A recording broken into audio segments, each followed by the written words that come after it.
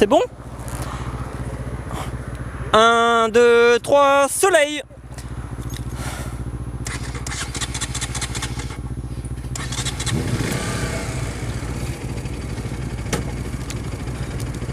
Salut à tous, c'est Frist. Je vais vous présenter un petit peu l'essai de la KTM RC 125. Je me suis trouvé une petite route un peu vireuse. On va voir ce que ça donne niveau agilité et tout ce qui va avec. Bon bah, accrochez-vous.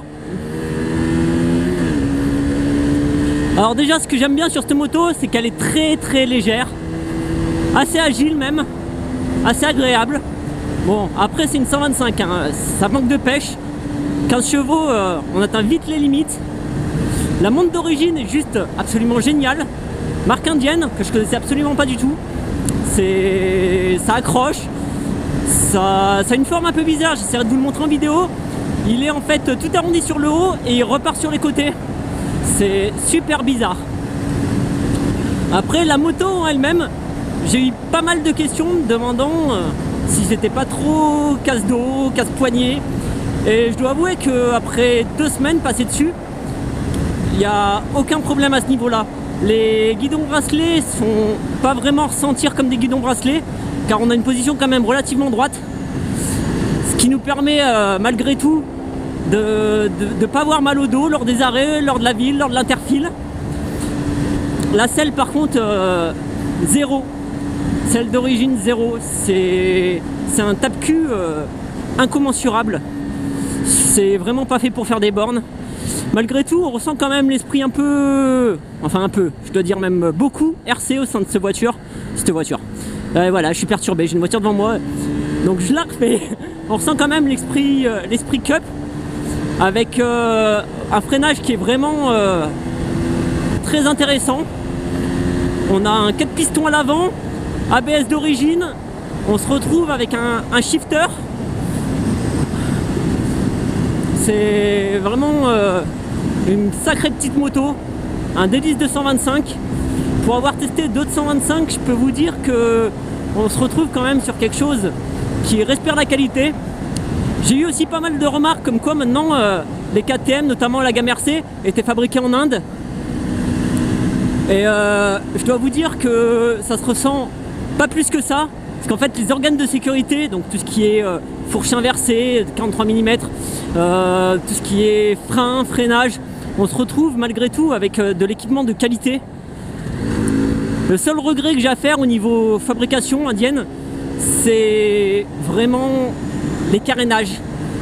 Il y a du plastoc de partout sur cette moto, des rétroviseurs qui sont totalement inexploitables et inutiles. Qu'est-ce que je peux vous dire d'autre?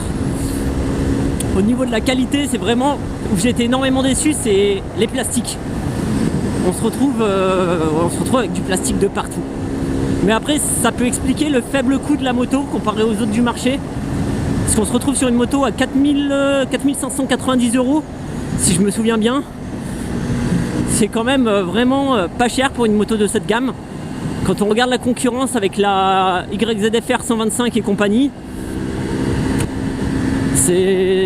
on se retrouve dans une gamme vraiment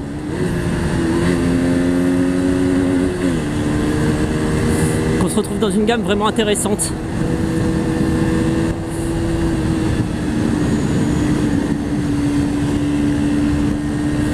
C'est une moto qui est vraiment agile. Vous voyez, je suis habitué à une sportive quand même. Ça me permet de garder cet esprit Cup, de garder cette petite agilité, le manque de puissance au final. En fait, ça peut être aussi un atout sur ce genre de route par exemple, où on n'a pas besoin de rouler à plus de 100. On prend les virages 90, 80, 90. On a juste vraiment à se concentrer sur notre trajectoire, notre position. Pas besoin d'être debout sur les freins. Bah, comme j'ai dit, hein, si le besoin s'en fait sentir, le freinage est vraiment présent. Ça nous permet parer à toute éventualité. J'ai fait des essais de l'ABS. J'essaierai de vous les présenter. On a un ABS quand même qui est vachement réactif, qui fait sacrément son travail. J'ai testé malencontreusement que par temps beau, pas pu le tester sous la pluie. J'ai voulu éviter de prendre des risques, hein, pour être franc. Ouais, je vais vous laisser visionner un peu l'agilité de la Titine. Et je vais sûrement faire d'autres vidéos aujourd'hui, je pense.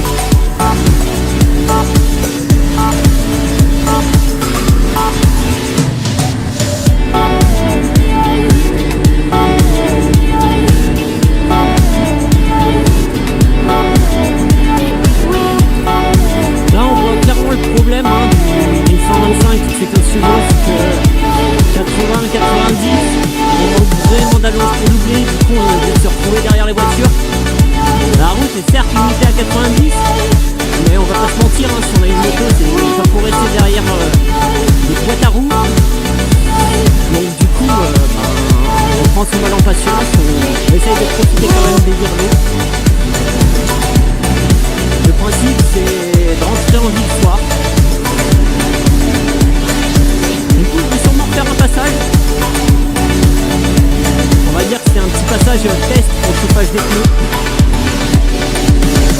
Et on va se refaire un petit passage dans l'autre sens d'abord et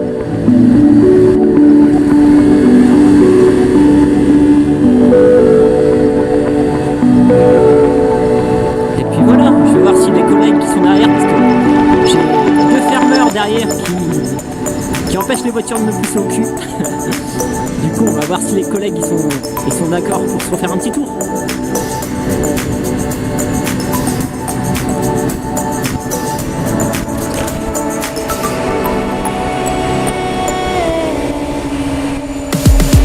Puis on va essayer de se trouver une petite courbe sympa où on peut se poser un peu, faire des essais.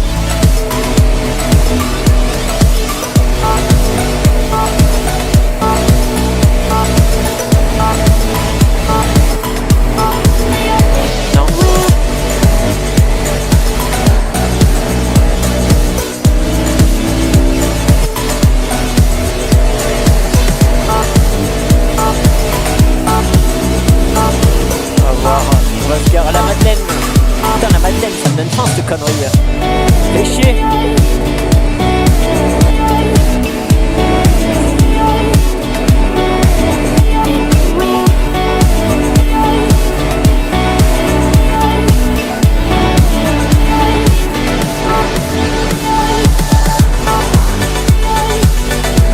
Donc voilà, c'était un petit bout de route à virage. J'espère qu'il y en aura d'autres aujourd'hui. Tout ça pour vous dire que même pour revenir un peu sur la moto, c'est que niveau consommation, niveau réservoir, le réservoir fait 1 litre de moins que celui de la Duke 125. Ben, il a fallu faire des concessions, hein, et puis réservoir en plastique. Mais on a quand même une sacrée autonomie. On consomme, à ce que j'ai pu voir, pas loin de 2 litres au 100. Donc ce qui donne une autonomie de 250-300 km, c'est quand même sacrément intéressant pour une moto de cette gamme. Moi je vous avoue que sur les 2 semaines mon portefeuille m'a remercié. Là où avec ma Thundercat je consomme 6 litres et demi, 7 litres en tapant dedans. J'ai divisé quasiment par 3 mon quota. Ça permet quand même d'avoir une moto assez économique. Après il faudra voir au niveau entretien, j'ai pas eu le temps de me pencher dessus donc je peux encore rien vous dire là-dessus. Au niveau des fréquences des révisions, selon les préco KTM, mais je pense qu'on doit être sur des révisions tous les 6000. J'espère. Quoique 6000 ça fait beaucoup pour une 125. Je sais pas du tout. Donc je pense que dans la vidéo je rapporterai un petit correctif, un petit texte afin de justifier et sûrement corriger le tir pour qu'on puisse, je puisse vous donner des informations correctes. Mais c'est une moto quand même qui fait ses preuves en ville. J'ai aussi testé à l'arrêt, hein, bien sûr, avec un passager derrière. Donc moi en passager pour pouvoir donner mon avis et moi en conducteur avec un passager assez lourd quand même, mon beauf qui est un sacré bestiau. Et je vous posterai la vidéo, donc je pense à la suite de ça pour que vous puissiez vous rendre compte ce que ça donne. Deux gaillards sur une 125, on a bien rigolé. C'est clairement pas fait pour faire du duo. Mais bon, ça on le savait, hein, c'est du RC, Racing Competition, motherfucker. Du coup ça donne ça... Il va où le pépère? Ça permet de se faire une petite idée de ce que ça vaut. Donc je vais vous laisser regarder la vidéo en duo. Et puis je vous récupère dès qu'on attaque des nouvelles petites routes à virage. Ce qui devrait être incessamment sous peu. J'aime bien cette formule, c'est joli. Incessamment sous peu. Je vous récupérerai pour la suite de l'épisode dédié à la RC 125. Allez, à tout de suite, ciao, bisous.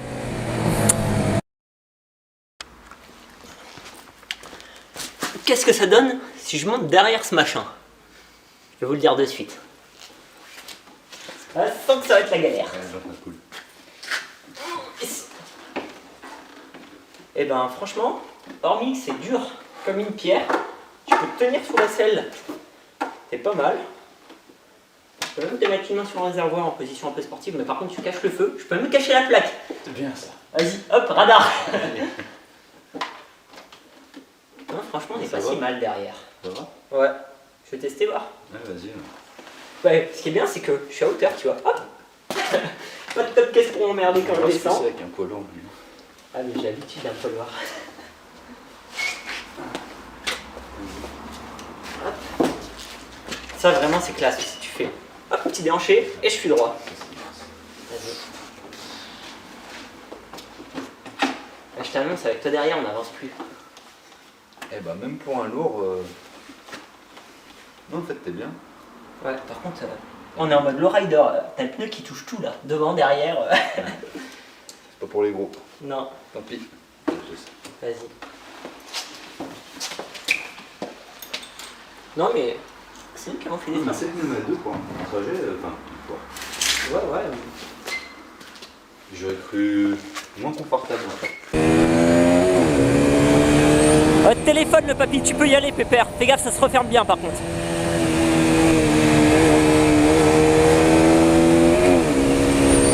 Allez, encore une petite route à virage.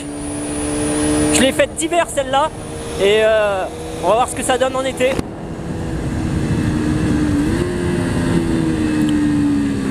Waouh putain.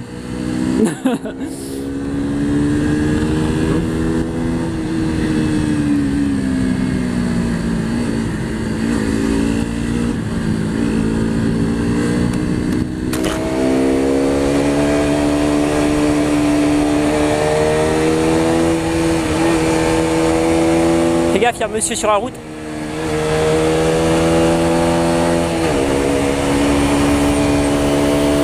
Ah, faut lui tirer dedans un peu la bémère, hein.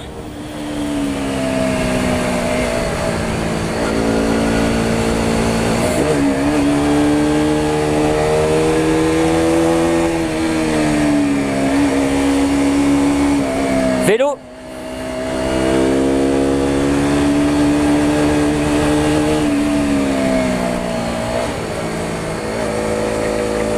Voilà la roue arrière.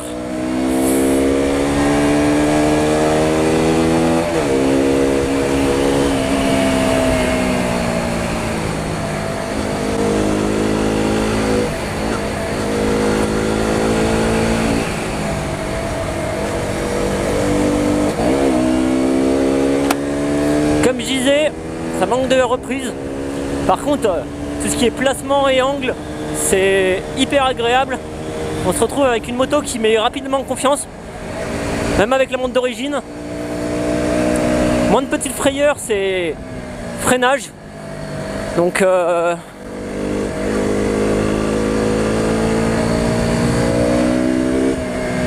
petite Sky.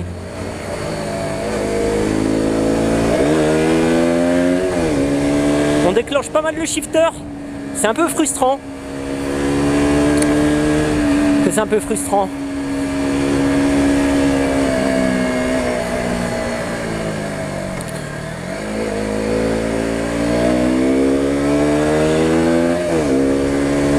Tu t'en sors, Adrien?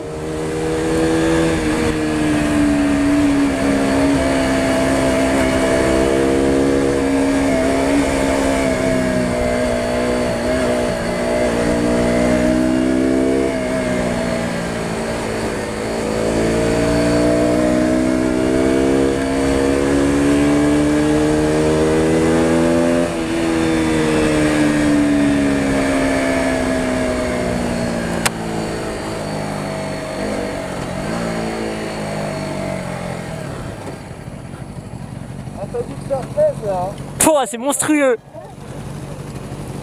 Et là c'est de la... C'est monstrueux. C'est de la route adaptée pour toi là.